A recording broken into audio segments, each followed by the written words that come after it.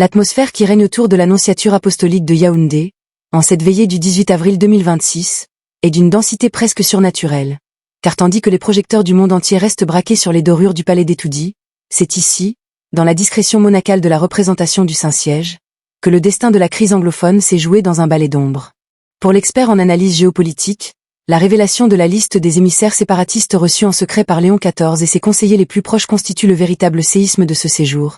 car elle prouve que le Vatican a réussi là où toutes les diplomaties laïques ont échoué depuis 2016. Asseoir à la même table symbolique les ennemis irréconciliables de la République. Cette médiation dans le Nosso n'est pas une simple main tendue, c'est une reconnaissance tacite de la représentativité de certains leaders de l'ombre, une liste noire transformée, par la magie de l'immunité diplomatique vaticane, en une liste d'interlocuteurs pour la paix. Imaginez la scène, des figures emblématiques de la mouvance séparatiste, certaines faisant l'objet de mandats d'arrêt internationaux, franchissant le seuil de l'annonciature sous la protection directe du pape, alors que les services de renseignement camerounais recevaient l'ordre strict de suspendre toute surveillance active à moins de 100 mètres du bâtiment. Le réalisme politique nous impose de comprendre que cette liste comprend non seulement des modérés de la société civile anglophone, mais aussi des représentants directs des branches armées basées en diaspora, venus négocier les termes d'un cessez-le-feu définitif en échange d'une amnistie générale couverte par le plan de sortie global. Le tête-à-tête secret entre Léon XIV et ses émissaires a duré une nuit entière, une session de travail où l'on n'a pas parlé de théologie mais de découpage territorial, de transfert de compétences fiscales et de réintégration des combattants, des termes qui préfigurent ce fédéralisme que le pape a eu la sagesse de ne pas nommer publiquement pour ne pas faire exploser les négociations. L'expertise souligne que le Vatican a utilisé son réseau de paroisses dans les zones de conflit comme un système de vérification en temps réel. Chaque promesse faite par les séparatistes à l'annonciature était immédiatement confrontée à la réalité du terrain via les rapports cryptés des prêtres de Bamenda et de Manf. C'est la force unique de l'Église. Elle est la seule puissance capable de parler simultanément au sphinx d'Etoudi et au commandant de forêt caché dans le Lebialem. L'émotion de cette narration atteint son paroxysme lorsqu'on réalise que cette liste d'émissaires contenait des noms que Yaoundé croyait avoir éliminés ou exilés à jamais. Leur présence sous le toit du pape est la preuve que la solution militaire a échoué et que le régime, acculé par la transition de 2026, a dû accepter cette médiation de la dernière chance sous peine de voir le pays se fracturer définitivement au départ de Paul Biya. Léon XIV a agi en véritable arbitre, exigeant des séparatistes qu'ils déposent les armes en échange d'une autonomie constitutionnelle garantie par une force internationale de maintien de la paix, une proposition audacieuse qui place le Vatican au centre du futur dispositif sécuritaire du Cameroun.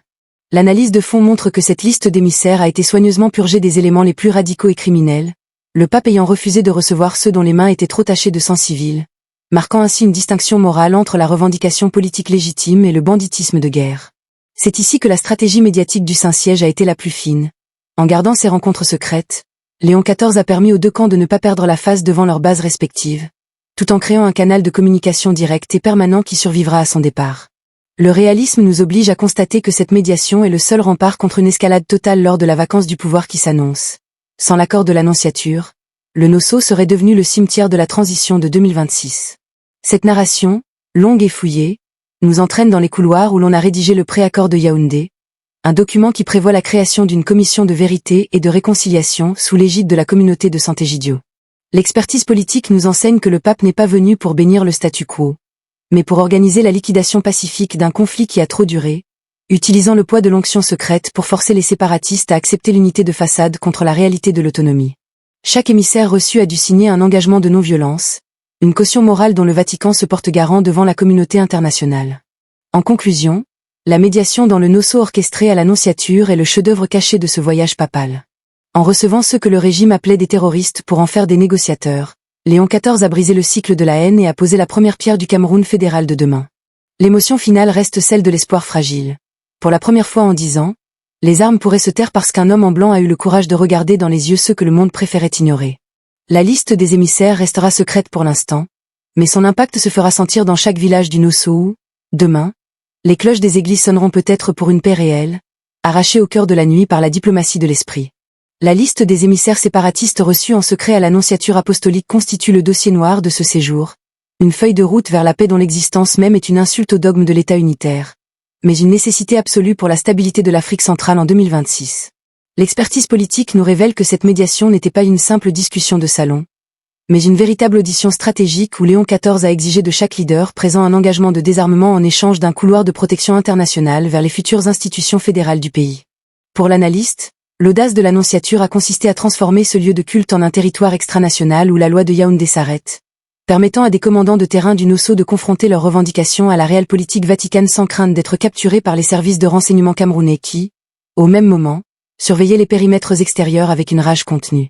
Le réalisme nous oblige à plonger dans l'identité de ces émissaires. Nous y trouvons des intellectuels de la diaspora revenus clandestinement sous pavillon diplomatique, des représentants de l'aile politique des Ambazonia Defense Force et plus surprenant encore, des intermédiaires mandatés par les puissances anglo-saxonnes qui voient dans le Vatican le seul médiateur capable de déloger l'influence française du dossier anglophone. Léon XIV a mené ses entretiens avec une main de fer, rappelant à ses leaders que le soutien de l'Église catholique, pilier social du NOSO, leur serait retiré s'ils persistaient dans une stratégie de la terre brûlée qui ne sert plus que les intérêts des trafiquants d'armes. C'était une séance de déradicalisation diplomatique, où le pape a utilisé le levier de l'onction secrète pour signifier que le futur successeur d'Etoudi ne ferait de concessions que si les séparatistes acceptaient de rentrer dans le rang d'une autonomie encadrée. L'émotion de cette narration se cristallise dans l'image de ces hommes, hier encore traqués comme des bêtes, aujourd'hui assis dans les fauteuils de velours de l'Annonciature, buvant le thé avec les envoyés du pape tout en sachant qu'à quelques kilomètres de là, Paul Biya signait peut-être leur amnistie ou leur arrêt de mort politique. La médiation a porté sur des points d'une précision chirurgicale, la reconnaissance de la common law, le retour à un système éducatif anglophone pur, et surtout, la création d'un fonds de reconstruction géré par une banque internationale sous supervision vaticane pour éviter les détournements habituels du sérail. L'expertise souligne que cette liste d'émissaires est le véritable testament de paix de Léon XIV, car elle lie désormais le destin des séparatistes à la parole donnée au Saint-Père, une caution morale qu'aucun leader ne peut briser sans s'aliéner définitivement ses propres populations. L'analyse de fond montre que l'Annonciature a servi de laboratoire pour le plan de sortie de la crise. En acceptant de discuter avec ses parias,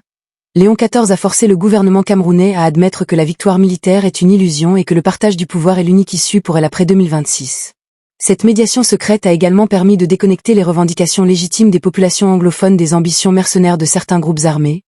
le pape ayant clairement fait savoir que le Vatican ne protégerait que ceux qui s'engageraient dans une voie politique stricte. Le réalisme politique nous enseigne que cette liste est une arme à double tranchant. Elle est à la fois le gage d'une paix future et le catalogue des cibles pour ceux, à Yaoundé, qui refusent toute forme de fédéralisme et préfèrent le chaos à la concession. Cette narration, dense et implacable, nous fait comprendre que la visite de Léon XIV a été une opération de déminage institutionnel à grande échelle. Chaque nom sur la liste des émissaires est un verrou que le pape a fait sauter pour permettre au Cameroun de respirer à nouveau. L'émotion finale est celle d'une justice qui commence à poindre dans l'ombre. En donnant une voix aux sans-voix du NOSO sous la protection de la croix, le pape a redéfini la géopolitique de la compassion, prouvant que la paix ne se construit pas avec ses amis, mais avec ses ennemis les plus acharnés. La liste restera dans les coffres-forts de la secrétairerie d'État, mais ses effets se liront bientôt sur les visages des déplacés internes qui, pour la première fois en une décennie, osent espérer un retour sur leur terre, bénis par le silence complice de l'Annonciature et la volonté inflexible d'un pape venu dire que le temps du sang est terminé. Chaque mot, chaque négociation et chaque émissaire de cette nuit d'avril 2026 appartient désormais à la légende d'un Cameroun qui, grâce à cette médiation secrète, a peut-être trouvé le chemin de sa propre rédemption.